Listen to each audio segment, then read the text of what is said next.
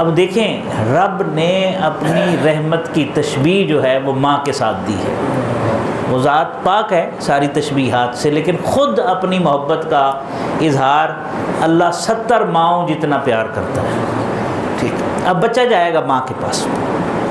ماں کے پاس جب جائے گا، ہو سکتا ہے راستے میں والد صاحب اسے ملیں، وہ بھی انگلی پکڑ کر ماں کی طرف ہی ریفر کریں گے نا، سنبھالو اپنے لال کو. اب ماں نہ اس کے غلاظت سے آلودہ کپڑوں کو دیکھے گی، نہ اس کے جسم کو دیکھے گی. سب سے پہلا کام اس نے کرنا ہے، اس کے آنسو پوچھنے ہیں، اس کے ماتھے کو چومنا ہے، اور پھر اس کو اگلے 2 4 5 منٹ میں اسی طرح کر دینا ہے جس طرح وہ پہلے تھا، جس طرح وہ پہلے تھا. تو رحمان جو ہے بے انتہا رحم کرنے والے کو کہتے ہیں، جس کی کوئی حد ہی نہیں ہے، جس کے دسترخوان رحمت سے ماننے والوں کو بھی رزق ملتا ہے، نہ ماننے والوں کو بھی رزق ملتا ہے. اور اگر انسان گناہوں میں آلودہ ہو جائے، لتھڑ جائے، اور اسے قریبی رشتے بھی منہ نہ لگائیں، ایون ماں باپ بھی اسے چھوڑ دیں، اعزاء اقربا چھوڑ دیں، اور وہ سچے دل سے رب کی طرف پلٹ جائے، تو اللہ صرف معاف نہیں کرتا بلکہ اس کا پیغام ہے تو سچے دل سے میرے پاس آ جا، میں تیرے گناہوں کو نیکیوں میں بدل دوں گا. اور یہ دروازہ اس نے کوئی 1 سال کے لیے، 1 دن کے لیے، 10 سال کے لیے نہیں کھلا رکھا، زندگی کی آخری سانسوں تک کھلا رکھا ہے. کیوں؟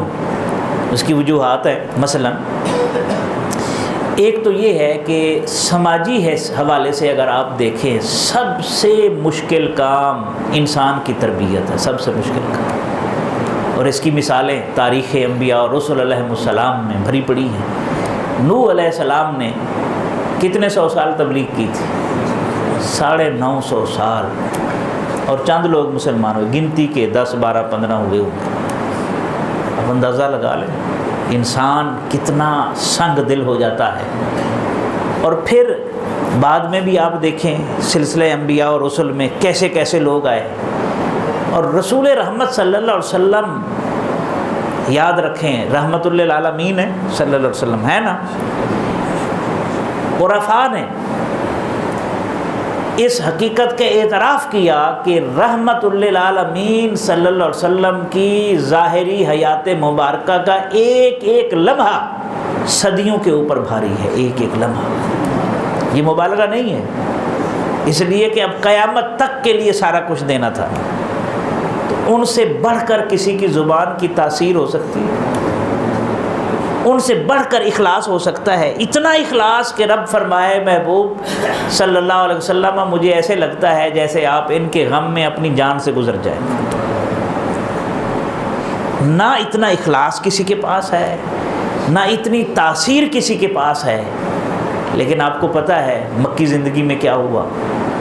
کیا رسول رحمت صلی اللہ علیہ وسلم ان سے کوئی دولت کا مطالبہ کیا تھا، کوئی عہدے کا مطالبہ کیا تھا؟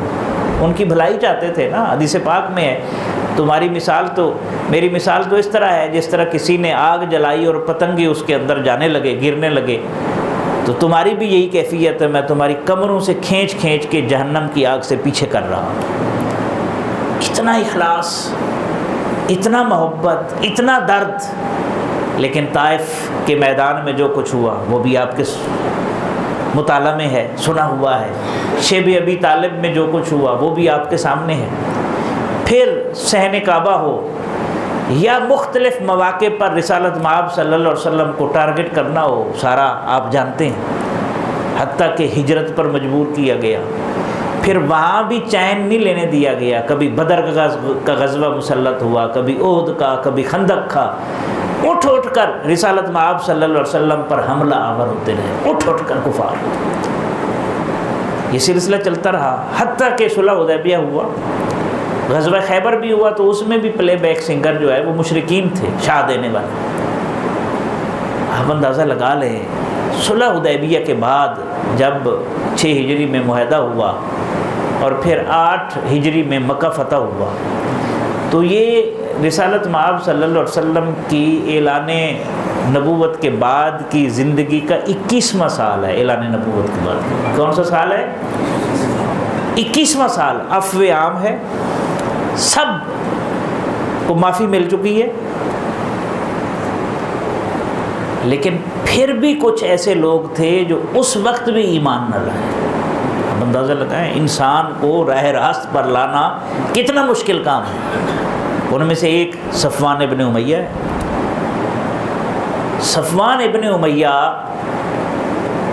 کو جناب عمیر نے، ان کے کزن تھے، اور جناب عمیر وہ ہیں جن کو صفوان نے تیار کر کے مدینے بھیجا تھا تاکہ وہ رسول اللہ صلی اللہ علیہ وسلم کو شہید کرے۔ اب اندازہ لگا لیں، اور کہا اگر تو کامیاب ہو کر آیا تو یہ انعام ہے، اگر تجھے قتل کر دیا گیا تو تیرے بچوں کی کفالت میں کروں گا۔ اور جب عمیر ادھر پہنچے، مسجد نبوی شریف کے ارد گرد گھوم رہے تھے، تو صحابہ پکڑ کے لے آئے۔ رسول رحمت صلی اللہ علیہ وسلم نے پوچھا عمیر کس ارادے سے آئے ہو؟ کہنے لگا بس میں آیا ہوا تھا تجارت کے لیے، تو میں نے کہا چلو چکر لگاتا چلو۔ آپ صلی اللہ علیہ وسلم نے فرمایا عمیر وہ تیرے اور صفوان کے درمیان جو معاہدہ ہوا ہے وہ کیا ہے؟ تو وہ مسلمان ہو گئے، حضرت عمیر مسلمان ہو گئے۔ اب رشتہ داری تھی، صفوان امیہ بن خلف جو حضرت بلال پر ظلم ڈھاتا تھا اس کا بیٹا ہے۔ اتنے سنگ دل باپ کا سنگ دل بیٹا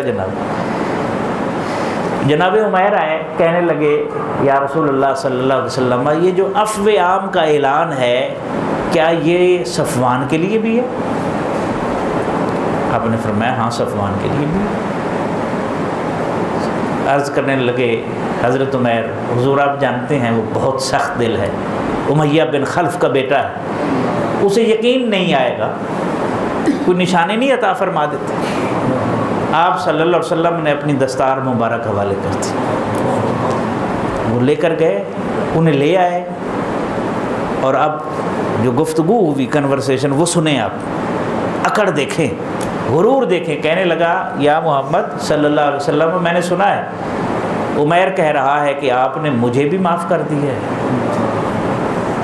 رحمان اور رحیم رب کے رسول ہیں رحمت للعالمین، وہ تصور بھی نہیں کر سکتا تھا کہ یہ بھی ہو سکتا، مجھے بھی معاف کر دیا ہے۔ آپ نے فرمایا ہاں صفوان تجھے بھی معاف کر دیا۔ کہنے لگا ابھی میں ایمان نہیں لاؤں گا، میں 2 مہینے غور و فکر کروں گا۔ آپ علیہ السلام نے فرمایا کوئی بات نہیں، تم 4 مہینے لے لو۔ لیکن رسول رحمت صلی اللہ علیہ وسلم نے اس سے تعلق رکھا۔ حنین کے غزوے میں اس سے اسلحہ لیا عاریۃً، اور جب فتح ہوئی بے شمار مال غنیمت تھا، یہ جاگیردار وڈیرا خاندانی امیر کبیر، جب اس نے دیکھا کہ دریائے رحمت دریائے سخاوت جوش میں ہے، قرآن پاک کی آیت ہے خلق الانسان حلوٰ، انسان بڑا حریص پیدا کیا گیا ہے، حرص جاگی۔ کہنے لگا یا محمد صلی اللہ علیہ وسلم کچھ مجھے بھی عطا فرمائے۔ رسول رحمت صلی اللہ علیہ وسلم نے اشارہ کیا، 2 پہاڑوں کے درمیان وادی تھی، ہزاروں ریوڑ جانوروں کا ریوڑ تھا، لشکر تھا پورے کا پورا۔ آپ صلی اللہ علیہ وسلم نے فرمایا صفوان دیکھ رہے ہو یہ ریوڑ؟ اس نے کہا جی ہاں دیکھ رہا ہوں، بہت بڑا ریوڑ ہے۔ آپ علیہ السلام نے فرمایا لے جاؤ یہ سارا تیرا ہے۔ اب کیا ہوا کہ وہی صفوان بلند آواز سے کہتا جاتا تھا کہ لوگوں محمد پر ایمان لے آؤ، وہ اتنا دیتے ہیں کہ پھر تنگ دستی کا ڈر بھی نہیں رہتا۔ یعنی یہ بات ذہن میں رہنی چاہیے کہ انسان کے بدلنے کے لیے کوئی ایک چیز ضروری نہیں ہے کہ وہ اخلاق سے بدل جائے، وہ آپ کے اور میرے حسن عمل سے بدل جائے۔ کبھی حسن اخلاق، کبھی حسن کردار، کبھی حسن عطا اور بخشش، سارے حربے استعمال کرنے ہیں۔ ایسے نہیں فرمایا اللہ نے کہ اپنے رب کے راستے کی طرف حکمت کے ساتھ بلاؤ، اچھی نصیحت کے ساتھ بلاؤ۔ یہ ڈیبیٹ تو آخر میں رکھا ہے، اور اس کی بھی شرط رکھی ہے کہ جو بہترین گفتگو کا اسلوب ہو سکتا ہے اس اسلوب کے ساتھ بلاؤ۔ اب جو انسان کا معاشرتی رویہ بنتا ہے وہ کس وجہ سے بنتا ہے؟ یہ بڑی دلچسپ بات ہے۔ اس کا پیدائشی مزاج ہوتا ہے، اس کے معاشی حالات ہوتے ہیں، اس کا ماحول ہوتا ہے، اور اس کی خوراک ہوتی ہے کہ وہ کیا کھا رہا ہے۔ یہ 4 چیزیں ہیں جو کسی بھی انسان کے مزاج کو پختہ کر دیتی ہیں۔ تو امام غزالی رحمۃ اللہ علیہ فرماتے ہیں ایسا بھی ہوتا ہے کہ ایک ایک لقمہ 30 سال کی عبادت پر پانی پھیر دیتا ہے۔ ساری چیزیں اثر انداز ہوتی ہیں، پیدائشی مزاج بھی، ماحول بھی، معاشی حالت بھی، اور اس کے ساتھ ساتھ چوتھی چیز جو میں نے عرض کی ہے، یہ ساری چیزیں اپنی اپنی جگہ پر اثر انداز ہوتی ہیں۔ جب رویے اتنے مضبوط ہو جائیں بڑا مشکل ہوتا ہے انسان کو واپس لانا۔ اب میں پھر اس نقطے کی طرف لا رہا ہوں۔ 21 سال لگے رحمت للعالمین صلی اللہ علیہ وسلم کو راہ راست پر لانے کے لیے، جن کا ایک ایک لمحہ صدیوں پر بھاری ہے۔ آپ اندازہ لگائیں کہ قریش مکہ کتنے سنگ دل تھے، لیکن کیا ہمیں نہیں سوچنا چاہیے کہ اگر رحمت للعالمین صلی اللہ علیہ وسلم 21 سال ان کے مظالم برداشت کرتے رہے تو ہم کسی کو 21 سیکنڈ بھی دینے کے لیے کیوں تیار نہیں ہوتے؟ یہ اہم بات ہے، انسان کا بدلنا سب سے مشکل کام ہے، اور یہ کسی وقت بھی بدل سکتا ہے۔ وہ کسی طرف بھی، آج کل سیاسی جو ماحول بنا ہوا ہے وہ آپ کے سامنے ہے۔ انسان عجیب و غریب وجود ہے، اس کا ذہن کس طرف چل پڑے جناب۔ اسی لیے کہا گیا ہے کہ اچھی صحبت انسان کو بچا لیتی ہے، نسبت محفوظ رکھتی ہے۔ یہ وہ طریقے ہیں جس کی وجہ سے ماحول انسان پر اثر انداز، ماحول اچھا ہوگا بچ جائے گا، ماحول برا ہوگا اس کی زندگی تباہ ہو جائے گی۔ بے شمار ایسے لوگ ہیں ہمارے نوجوان جو صرف ماحول کے بے رحم اس کی بے رحم موجوں کے تھپیڑوں پر آنا چاہتے ہیں، لیکن ایک ظلم اور بھی ہوا سوسائٹی میں کہ نوجوان کے دل میں خیال پیدا ہو کہ میں اللہ کے پاس جا کے توبہ کروں۔ یہ عمر میں بڑے اتار چڑھاؤ آتا ہے، کبھی وہ غالب کا شعر ہے نا، ایمان مجھے روکے ہے تو کھینچی ہے مجھے کفر، کعبہ میرے پیچھے ہے کلیسا میرے آگے۔ ہر لمحے جوان آدمی اس کیفیت سے گزرتا ہے، ہر انسان گزرتا ہے، جوان زیادہ گزرتا ہے۔ تو کیا اس کے لیے بھی ہم نے کچھ کیا؟ بھی اگر وہ رات کے کسی پہر میں اس کا دل کرتا ہے کہ میں رب کے پاس جا کے معافی مانگوں، مسجدوں کو تو ہم نے تالے لگا دی ہیں، اذان سے 15 منٹ پہلے کھولنی ہے اور نماز کے 15 منٹ بعد بند ہو جانی ہے۔ ہم نے ماحول ہی نہیں دیا، خانقاہی نظام ویسے کمزور ہو گیا۔ جو درویش بیٹھتے تھے ان کی ڈیوٹی لگتی تھی کہ 9 میل تک وہ اپنے تلامذہ بٹھاتے تھے کہ 9 میل کا احاطہ ہے تمہارے پاس، اس احاطے میں کوئی بندہ بھی کفر کے اوپر نہ مرے، یہ ڈیوٹی ہوتی تھی۔ اب ہم کہاں پر کھڑے ہیں؟ مسجدیں بند، صحبت ختم، اور یہ ڈیوٹی نبھانے والے موجود نہیں ہیں۔ تو نئی نسل تو بہت زیادہ مظلوم ہے۔ اور پھر جس طرح یہ جسم ہے اس کے تقاضے ہیں، اسی طرح روح کے بھی تقاضے ہیں۔ امام شاہ ولی اللہ رحمۃ اللہ علیہ فرماتے ہیں کہ اگر کسی کے پاس گھر میں 2 کیاریاں ہوں، ایک میں پھول ہوں اور ایک میں جھاڑیاں ہوں، اب پھولوں والی کیاری کو وہ نظر انداز کر دے اور جھاڑیوں والی کو وہ پانی دیتا رہے، کیا نتیجہ نکلے گا؟ پھول مرجھا جائیں گے، پودے جل جائیں گے، جھاڑیاں جوان ہو جائیں گی۔ اللہ نے یہ جسم اور روح، یہ 2 چیزیں رکھی ہیں۔ جسم کی غذا زمین سے آتی ہے، روح کی غذا عالم بالا سے آتی ہے۔ پورے کا پورا ایک پیکج دیا ہے رب تعالیٰ نے انسان کے لیے۔ موبائل لیتے ہیں نا، گائیڈ بک ہوتی ہے، گاڑی لیتے ہیں گائیڈ ہوتی ہے ساتھ، بک ہوتی ہے ساتھ، ہوتی ہے نا، اللہ نے دیا ہے۔ 5 وقت اسے اپنی بارگاہ میں آنے کے لیے بلایا ہے کہ کسی وقت بھی بدل سکتا ہے انسان۔ اس لیے اس کا ایک دشمن الذی یوسوس فی صدور الناس یہاں پر بیٹھا ہے جناب، مسلسل وسوسہ اندازی کر رہا ہے۔ اس سے بھی بڑا دشمن نفس ہے انسان کا۔ تو اس لیے 5 وقت بلاوا آتا ہے باقاعدہ، علی اعلان سب کو بلایا جاتا ہے، حی علی الصلاۃ حی علی الفلاح، آتا ہے کہ نہیں آتا؟ کہ واپس پلٹا ہے، صبح سے زور تک جو ہوا ہے آجا جھک جا میری بارگاہ میں پچھلی گناہ معاف کر دوں۔ ظہر کے وقت نہیں ہو سکا، عصر کو آ جا، مغرب کو آ جا. یعنی یہ رحمان کا ظرف ہے، اس کی نعمتیں کھا کر، اس کی زمین پر رہ کر، اس کے دیے ہوئے رزق کو استعمال کر کے، اس کی زندگی بتا کے اس کی نافرمانی کرتے ہیں. اور وہ پھر بھی موقع دیتا ہے. 5 نمازیں ہیں، شب جمعہ ہے، پھر جمعۃ المبارک ہے، یوم عرفہ ہے، یوم عاشورہ ہے، پھر رمضان المبارک ہے، پھر راتیں ہیں، شب برات ہے، شب قدر ہے. بس یہی رب چاہتا ہے کہ بندہ واپس پلٹ رہے. حضرت رابعہ بصریہ کا مجھے قول یاد آ رہا ہے، بڑا خوبصورت. کسی کے پاس ایک شخص تھا، وہ حضرت حسن بصری رحمۃ اللہ علیہ کے پاس گیا اور جا کر کہنے لگا، حضرت میں بہت گناہ گار ہوں، میرے لیے کوئی حل بتائیں، رب مجھ سے راضی ہو جائے. آپ نے فرمایا، بھائی رب کی رحمت کا دروازہ کھٹکھٹاتے رہو، کسی وقت تو کھل جائے گا. حضرت رابعہ بصریہ تک یہ قول پہنچا تو انہوں نے ٹھنڈی آہ بھری اور فرمانے لگی، حسن کو کون سمجھائے کہ رب کی رحمت کا دروازہ کبھی بند بھی ہوتا ہے، ہر وقت کھلا ہوا ہے. یہ تو ٹائم فکس کر دیے ہماری سہولت کے لیے، لیکن وہ تو ہر وقت منتظر ہے کہ ہم واپس پلٹ آئیں. تو پہلا نقطہ جو میں نے عرض کرنا تھا وہ کیا ہے کہ رب اور بندے کا تعلق رحمت پر مبنی ہے سراسر. مالک یوم دین ہم کمزور لوگ ہیں، بھئی وہ ہمارے لیے نہیں ہے، وہ فرعون کے لیے ہے، وہ نمرود کے لیے، وہ شداد کے لیے ہے، وہ ظالموں کے لیے ہے. ہمارے لیے تو رحمان اور رحیم ہے. اور اس سے بڑی کیا مثال ہو سکتی ہے کہ اس نے ہمیں جو اپنا رسول عطا فرمایا وہ رحمت للعالمین ہے. اور رب فرماتا ہے، لَقَدْ جَاءَكُمْ رَسُولٌ مِّنْ أَنفُسِكُمْ عَزِيزٌ عَلَيْهِ مَا عَنِتُّمْ. میں نے عظمت والا رسول تمہیں دیا ہے، اور اس کی شان کیا ہے؟ تکلیف تمہیں پہنچتی ہے اور محسوس وہ کر رہے ہو، گراں گزرتی ہے ان پر تمہاری تکلیف.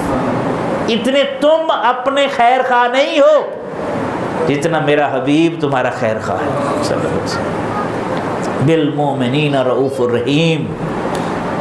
یہ ہے رشتہ، جس رشتے کو ہم نے دریافت کرنا ہے اور اپنی نسل کے ذہن میں یہ ڈالنا ہے کہ تمہارا رب جبار اور قہار ہی نہیں، وہ رحمان اور رحیم بھی ہے. اور ہمارا رشتہ اس کے ساتھ رحمت پر مبنی ہے، شفقت پر مبنی ہے، عطا اور بخشش پر مبنی ہے. اور اس کے لیے نہ کوئی وقت مقرر ہے، نہ کوئی دن مقرر ہے. جس وقت بھی آپ کا دل پھرے فوراً آ جاؤ رب کی بات. دوسری بات، شب برات کی جو سماجی اہمیت ہے اسے دیکھنے کی ضرورت ہے. یہ راتیں بخشش کے لیے ہوتی ہیں، ایسے ایام ہوں، ایسی لیالی راتیں ہوں، ایسے لمحات ہوں، انسان کی بخشش کے لیے. اب لیکن ایسی رات میں بھی جب رب آسمان دنیا پر تشریف لے آئے اور مغرب ہوتے ہی، سورج غروب ہوتے ہی ندا شروع ہو جائے کہ آ جاؤ، ندا شروع ہو جائے، آ جاؤ، میں ہے کوئی مانگنے والا جسے میں عطا کروں، ہے کوئی مغفرت کا طالب جس کو میں بخش دوں، ہے کوئی عزت کا خواہاں جسے میں عزت دوں. صبح تک ندا ہوتی ہے، دینے والا جاگ رہا ہے، لینے والے غفلت میں ہیں، لیکن پھر بھی وہ ناراض نہیں ہوتا، موقع پہ موقع دیتا ہے. لیکن ایسی راتوں میں کچھ ایسے بھی بد نصیب ہیں جن کی بخشش نہیں ہوتی، اور ان میں سے 97% لوگ وہ ہیں جن کا تعلق سماج کے ساتھ جڑا ہوتا ہے، یعنی وہ معاشرے کو نقصان پہنچاتے ہیں، اس لیے ان کی بخشش کے راستے مفقود جو مسدود ہو جاتے، بند ہو جاتے. مثلا اس رات جن کی بخشش نہیں ہوتی، ایک تو شرک کرنے والا ہے، ٹھیک ہے، ظاہر ہے شرک سے بڑا کوئی گناہ نہیں ہے. اس کے بعد باقی جتنے بھی گناہ ہیں وہ سارے مخلوق سے جڑے ہوئے ہیں. بار بار مختلف احادیث مبارکہ میں جو ایک لفظ استعمال ہوا ہے، مشاہن کا لفظ استعمال ہوا ہے کہ کینہ پرور کی بھی بخشش نہیں ہوتی. جو اپنے دل میں کینہ رکھتا ہے اس کی بخشش نہیں ہوتی.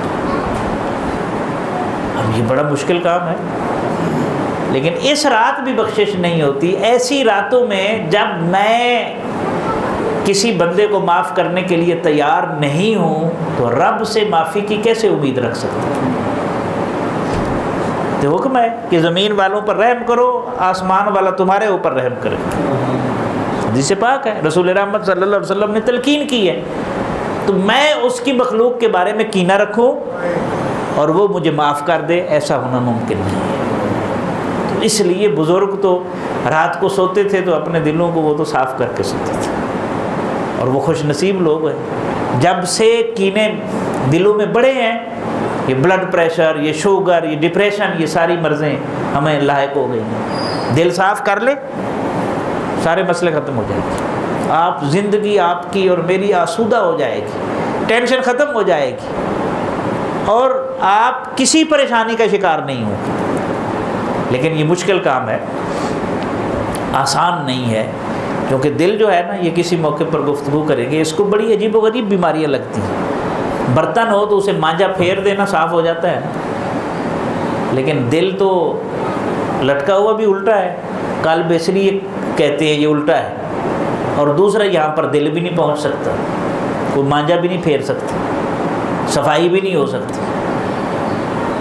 اب ایک اس کا علاج، جو علاج بتائے گئے ہیں، موت کو یاد کرو، تلاوت قرآن کریم کی کرو کثرت سے، کلمہ طیبہ کا ذکر کرو، اللہ کو یاد کرو، مختلف طریقے ہیں۔ ان میں سے ایک طریقہ یہ بھی ہے کہ کسی کامل کی صحبت میں بیٹھو۔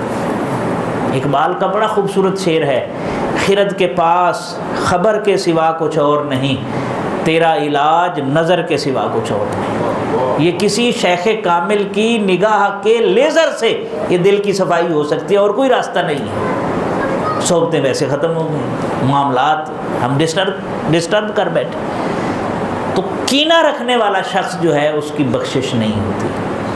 اب اس کی سماجی اہمیت کو دیکھیں، ہم میں سے کتنے لوگ ہیں جو اپنے دل کو کینے سے پاک رکھتے ہیں۔ دوسرا دیکھ لیں، قطع رحمی کرنے والا، جو رشتے توڑتا ہے اس کی بھی اس رات بخشش نہیں ہوتی۔ جو صلہ رحمی نہیں کرتا، قطع رحمی کرتا ہے، وہ تو حدیث پاک میں صادق و امین رسول علیہ السلام نے فرما دیا کہ جو قطع ہے، رشتے توڑنے والا، وہ جنت میں نہیں جائے گا۔ حدیث پاک، اس رات اس کی کیسے بخشش ہوگی؟ کچھ لوگوں کی تو عادت ہوتی ہے تیلی لگانا، لڑانا، رشتے توڑنا، یہ بہت خطرناک بات ہے۔ اور جو کسی کو لڑاتا ہے، حدیث پاک میں ہے، وہ ایسے ہے جیسے کینچی لے کر درخت نہیں مالی ٹنڈ منڈ کر دیتا، وہ اپنے ایمان کی اس طرح بربادی کر دیتا اپنے ہاتھوں سے۔ اور رسالت مآب صلی اللہ علیہ وسلم نے فرمایا، جو حق پر ہوتے ہوئے بھی جھگڑا نہ کرے، میں محمد اسے جنت کی بشارت دیتا ہوں صلی اللہ علیہ وسلم۔ یہ ہے معاشرتی اہمیت، یہ ہے دلوں کی صفائی، یہ ہے رشتے نبھانے کی بات، صلہ رحمی۔ اللہ تک پہنچنے کا راستہ اس کی مخلوق سے ہو کر گزرتا ہے، کوئی نوافل نہیں۔ آپ نوافل پہ نوافل پڑھیں، حج کریں، زکاتیں دیں، اگر مخلوق خدا آپ سے راضی نہیں ہے، اس کا صلہ آپ کو ملے گا، لیکن بخشش اس وقت تک نہیں ہوگی جب تک آپ رشتے بحال نہیں کریں گے۔ تو یہ پہلو سمجھنے سے تعلق رکھتا ہے۔ اچھا، اسی طرح ایک اور شخص ہے جس کی بخشش نہیں ہوتی، وہ ہے والدین کا نافرمان، وہ بھی اس رات بخشش سے محروم رہتا ہے۔ یہ سماجی اہمیت ہے شب برات کی۔ یہ چیزیں اپنی نسل کے قلب و ذہن میں اتارنے کی ضرورت ہے کہ اگر ماں باپ جنہوں نے اپنی زندگی کا ایک ایک لمحہ اپنی اولاد کے لیے قربان کیا ہے، جب وہ بزرگی کی عمر کو پہنچیں، ان کی باتیں ہمیں فرسودہ لگیں، ان کے خیالات پرانے لگیں، ہم ان کے ساتھ اونچا بولیں، مس بیہیو کریں۔ یعنی دیکھیں نا اللہ تعالی نے کیا فرمایا کہ فلا تقل لہما اف، ناگواری کا اظہار بھی نہیں کرنا۔ یعنی جس طرح ہوتا ہے نا، بندہ کوئی بات مزاج کے خلاف ہو، غصے کا اظہار کرتا ہے، اٹھ کے چلا جاتا ہے، بے رخی برتا ہے، اس سے بھی روکا۔ ولا تنہرہما، اللہ فرماتے ہیں انہیں جھڑکنا بھی نہیں ہے۔ آگے کیا فرمایا؟ وَقُلْ لَهُمَا قَوْلًا كَرِيمًا، والدین سے جب بات کرو، کریم کیا ہے؟ کرم سے ہے نا۔ کرم اس عمل کو کہتے ہیں جس عمل میں ساری ظاہری اور باطنی خوبیاں اکٹھی ہو جائیں۔ رب نے کیا فرمایا؟ وَقُلْ لَهُمَا قَوْلًا كَرِيمًا، گفتگو کرنے کے جتنے بہترین اسالیب ہو سکتے ہیں وہ سارے۔ اب والدین کا نافرمان ہے اور وہ چاہے میری بخشش ہو جائے گی، والدین کو اولڈ سینٹر میں پھینک آیا اور سمجھے بخشش ہو جائے گی، یہ ممکن نہیں ہے، اس طرح نہیں ہو سکتا۔ اور پھر جس وقت والدین کو ہماری ضرورت ہوتی ہے ہم اس وقت انہیں تنہا چھوڑ دیتے ہیں۔ وہ اولاد کے لیے قربانی دیتے ہیں، وہ اظہار نہیں کرتے، لیکن کبھی ان سے تنہائی میں بیٹھ کر پوچھیں وہ کتنا چاہتے ہیں کہ ہماری آنکھوں کا نور ہمارے پاس بیٹھے۔ اور والدین کی زیارت کا جو ثواب ہے وہ مقبول حج اور عمرے کا ثواب ہے۔ تو یہ پہلو بھی سماج سے جڑا ہوا ہے، یہ سماجی اہمیت ہے شب برات کی۔ ایک اور شخص جس کی بخشش نہیں ہوتی وہ شخص ہے جو کسی انسان کا ناحق قتل کرتا ہے۔ حدیث پاک میں آتا ہے کہ اگر کسی صاحب ایمان کے قتل میں سارے انسان بھی شامل ہو جائیں تو اللہ تعالیٰ سب کو اوندھے منہ جہنم میں جھونک دے گا۔ اور ہم فرقہ واریت نے جو آگ لگائی اور جتنے لوگ مرے، پتہ نہیں ہمارے ساتھ ہوگا کیا، ڈر لگتا ہے۔ ہمارے ہاں تو انسانیت کی قدر ہی نہیں ہے۔ جب اللہ نے اپنے انبیاء اور رسول علیہ السلام کو یہ اجازت نہیں دی کہ تم زبردستی منواؤ، ہمارے ہاں تو پورے کا پورا کلاشنکوف کلچر چلایا جناب، مسلک تبدیل کرائے گئے، مساجد پر قبضے ہوئے کہ نہیں ہوئے؟ سب کچھ آپ نے جو بزرگ بیٹھے اپنی آنکھوں سے دیکھا ہے، آپ نے 80,000 کی قربانیاں دی ہیں دین کے نام پر جناب، فساد فی سبیل اللہ۔ کیسے بخشش ہوگی بھائی؟ رسول رحمت صلی اللہ علیہ وسلم نے فرمایا جو کسی غیر مسلم کو جو اسلامی ریاست میں رہتا ہو، جسے ذمہ کہتے ہیں، اسے اگر قتل کرے گا، میں رسول اللہ قیامت کے دن اس کے خلاف اللہ کی بارگاہ میں مقدمہ دائر کروں گا۔ یہ ہے احترام انسانیت۔ تو ناحق قتل کرنا یا قتل کرنے کے لیے شاہ دینا، یہ دونوں چیزیں خطرناک ہیں۔ ایک لفظ کے ساتھ بھی حدیث پاک میں آتا ہے وَلَوْ بِكَلِمَةٍ، ایک لفظ کے ساتھ بھی اگر اس نے کسی کو شاہ دی نا، بس اس کو تو زندہ رہنے کا حق نہیں ہے، مار دو، تو وہ بھی جہنم میں جائے، شامل ہے قتل میں۔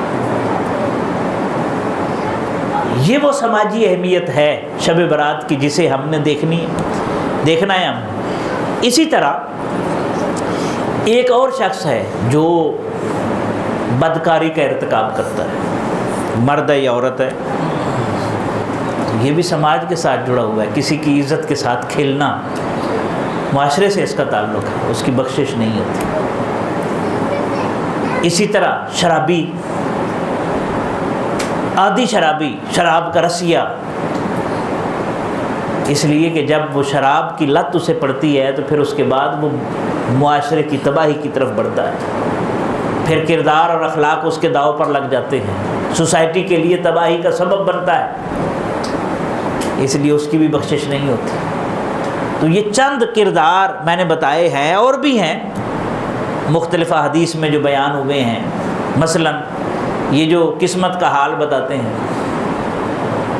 ان کے بارے میں بھی کہا گیا ہے نا۔ ایک اندازہ علم ہے، اندازہ ہو سکتا ہے آپ کا غلط ہو یا ٹھیک ہو، لیکن اس کو آپ اس طرح پورٹریٹ کریں، اس طرح پیش کریں کہ جو میں نے کہا وہی ہوگا، یہ بڑا خطرناک ہے، منع کیا گیا ہے اس سے۔ اور اسی طریقے سے اور بھی لوگ ہیں جس طرح تکبر کرنے والا۔ عرب کیا کرتے تھے؟ کچھ وہ لوگ تھے جنہیں پہننے کے لیے لباس نہیں ملتا تھا، اور کچھ وہ تھے جن کے ازار بند زمین کے ساتھ لٹک کے جا رہے ہوتے تھے، اس کی بھی بخشش نہیں ہوگی، حضور صلی اللہ علیہ وسلم نے فرمایا۔ تو یہ جتنے بھی سوائے شرک کے جتنے بھی عمل ہیں جن کی وجہ سے بخشش نہیں ہونی، وہ سارے کے سارے معاشرے سے جڑے ہوئے ہیں۔ عمل کی سوکھتی رگ میں ذرا سا خون شامل کر، میرے ہمدم یوں ہی باتیں بنا کر کچھ نہیں ملتا۔ میرے پاس یا ڈاکٹر صاحب کے پاس کوئی ایسا نسخہ نہیں ہے کہ ہم کسی کو ایک محفل میں جنت کا ٹکٹ دے دیں، ایسا کوئی نہیں ہے اسلام۔ اگر یہ اتنا آسان ہوتا نا تو صدیق اکبر تنہائی میں بیٹھ کر نہ روتے، کاش میں سوکھی لکڑی ہوتا، صدیق اکبر فرماتے ہیں، جسے لوگ ایندھن کے طور پر جلا ڈالتے اور میں رب کے سامنے حساب کتاب دینے سے بچ جاتا۔ یہ پتہ نہیں کہاں سے آ گیا ہمارے پاس، ایک محفل کرا دیں، ایک صدقہ دے دیں، ایک حج کر لیں اور جنت کا ٹکٹ جیب میں لیے پھرتے۔ یہ جو دھماکے ہوئے باقاعدہ جب نوجوانوں کو پکڑا گیا، وہ تو اپنے محل کی چابیاں بھی جیب میں لے کے پھرتے تھے جناب، کہ بمباری خود کش بمبار جب بمباری کریں گے مریں گے تو سیدھے جنت میں جائیں گے، یہ چابی آپ کے پاس ہے۔ اتنا اس حد تک نئی نسل کو جو ہے مس یوز کیا گیا اس کا۔ تیسری اور آخری بات وہ یہ ہے برادران اسلام کہ بحیثیت انسان اور پھر بحیثیت مسلمان ہماری ذمہ داری کیا ہے۔ یہ بڑی اہم بات ہے، یاد رکھیں، اچھا انسان اچھا مسلمان ہوتا ہے، لیکن ہم ہر چیز کر لیتے ہیں، مطلب راستے کا حق ہم نہیں دیتے، گھر میں سارا گھر صاف کر کے پانی سڑک پر بھیج دیتے ہیں، بے جا ہارن کا ہم استعمال کرتے ہیں، گلیاں ہم بند کر دیتے ہیں، مزید ساری وہ چیزیں ہیں جو سماج سے جڑی ہوئی ہیں۔ ہمیں اچھا انسان بننے کی ضرورت ہے تو اچھے مسلمان خود بخود ہو جائیں گے۔ اس کے لیے حضرت حاتم اسم رحمۃ اللہ علیہ کا ایک خوبصورت قول ہے، وہ فرماتے ہیں کہ 4 چیزوں سے دھوکہ نہیں کھانا۔ کتنی چیزوں سے؟ 4 چیزوں سے دھوکہ نہیں کھانا۔ اچھے مقام سے، مقدس مقام سے بھی دھوکہ نہیں کھانا۔ تو سمجھے کہ میں تو مسجد کی خدمت کرتا ہوں، میں تو امام ہوں، میں خطیب ہوں، میں مؤذن ہوں، میں انتظامیہ میں ہوں، میں چودھری صاحب ہوں، میں مسجد کا نہیں۔ کوئی مکہ مدینہ میں بھی رہتا ہو تو ابو لہب اور ابو جہل اور عبداللہ ابن ابی ادھر ہی تھے نا۔ حضرت حاتم اسم فرماتے ہیں کسی مقدس مقام سے دھوکہ نہیں کھانا، عمل کرو گے، کوشش کرو گے، آگے نکلو گے۔ اگر مقدس مقام میں رہنا ہی بخشش کی علامت ہوتا تو حضرت آدم علیہ السلام کے ساتھ جو کچھ ہوا وہ تجھے پیش نظر رکھنا چاہیے۔ کثرت عبادت سے بھی دھوکہ نہیں کھانا، یہ آج کا سبق ہے، آخری بات ہے۔ کثرت عبادت سے بھی دھوکہ نہیں کھانا، اس لیے کہ شیطان سے زیادہ عبادت گزار تھا ہی کوئی نہیں۔ ہماری تو چند نمازیں، چند سجدے ہوتے ہیں اور کسی کو ٹکنے نہیں دیتے۔ ہم ایک دن کی جماعت کے ساتھ نماز پڑھ لیں تو ہمیں سارے فاسق و فاجر نظر آتے ہیں، ایک حج کر لیں سارے نافرمان نظر آتے ہیں، روزہ رکھ لیں تو ہمارے جیسا متقی کوئی ہے ہی نہیں، باقی تو سارے گناہ گار ہیں۔ ہماری عبادتیں ہمارے اندر غرور پیدا کر رہی ہیں۔ تو کثرت عبادت سے بھی دھوکہ نہیں کھانا، اللہ کی بے نیازی سے ڈرنا ہے، اس نے بخشنا ہے تو اپنے کرم کے ساتھ بخشنا ہے۔ تیسرا، کثرت علم سے بھی دھوکہ نہیں کھانا، بڑی خطرناک بات ہے، اس لیے کہ بلم باورا جو تھا وہ موسیٰ علیہ السلام کے زمانے میں اپنے دور کا سب سے بڑا عالم تھا، بڑی کتابیں پڑھی ہوئی تھیں، بڑا علم تھا، اس کا شہرہ تھا، لیکن جب وہ قدرت کی نگاہوں سے گرا تو اللہ تعالیٰ نے اسے کتے کے ساتھ تشبیہ دی ہے، کتے کے ساتھ۔ کثرت علم بھی بخشش کا ذریعہ نہیں ہے۔ اور چوتھی بات آپ فرماتے ہیں کہ حسن صحبت سے بھی دھوکہ نہیں کھانا، کہ سمجھے میرا بس اس کی صحبت میں بیٹھتا ہوں بخشش ہوگی، نہیں۔ اگر نوح علیہ السلام کی صحبت میں رہنے والا بیٹا کافر رہ جاتا ہے تو کچھ بھی ہو سکتا ہے بھائی۔ کیا رسول اللہ صلی اللہ علیہ وسلم کی صحبت سے بڑھ کر کسی کی صحبت ہو سکتی ہے؟ تبت یدا ابی لہب وتب کس کے اوپر اتری ہے؟ وہ جو حضور کے سامنے، جس نے حضور علیہ السلام کی ولادت کی خوشی میں لوڈی آزاد کی تھی۔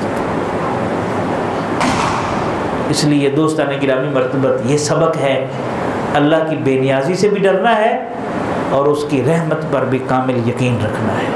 ان دونوں کی درمیانی کیفیت کا نام ایمان ہے۔ اور اگر کوئی آپ کو اتنا ڈرا دے کہ رب کی رحمت کی امید ہی ختم ہو جائے تو وہ درست نہیں کر رہا، وہ جبریہ سے تعلق رکھتا ہے۔ اور آپ کو کوئی اتنا زیادہ امید دے دے کہ رب کا خوف ہی نکل جائے دل سے، یہ بھی غلط ہے۔ یہ دو لاٹھیاں ہیں، ہنٹر ہیں، خوف اور رجا، جو انسان کو سیدھا رکھتے ہیں۔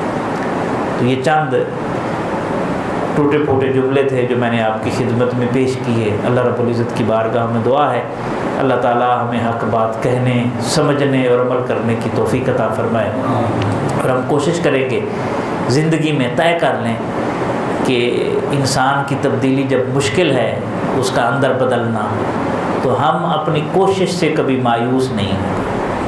اور رسول رحمت صلی اللہ علیہ وسلم کی سنت بھی یہی ہے، اور حدیث پاک میں آتا ہے کسی ایک آدمی کو کلمہ پڑھا دینا دنیا و ما فیہا کی نعمت سے افضل ہے۔ اسی طرح گمراہ کو راہ راست پر لے آنا۔ تو ہم لوگوں کو اللہ کے قریب کرنے کا سبب بنیں گے، اللہ سے دور کرنے کا سبب نہیں بنیں گے۔ وما علیہ الا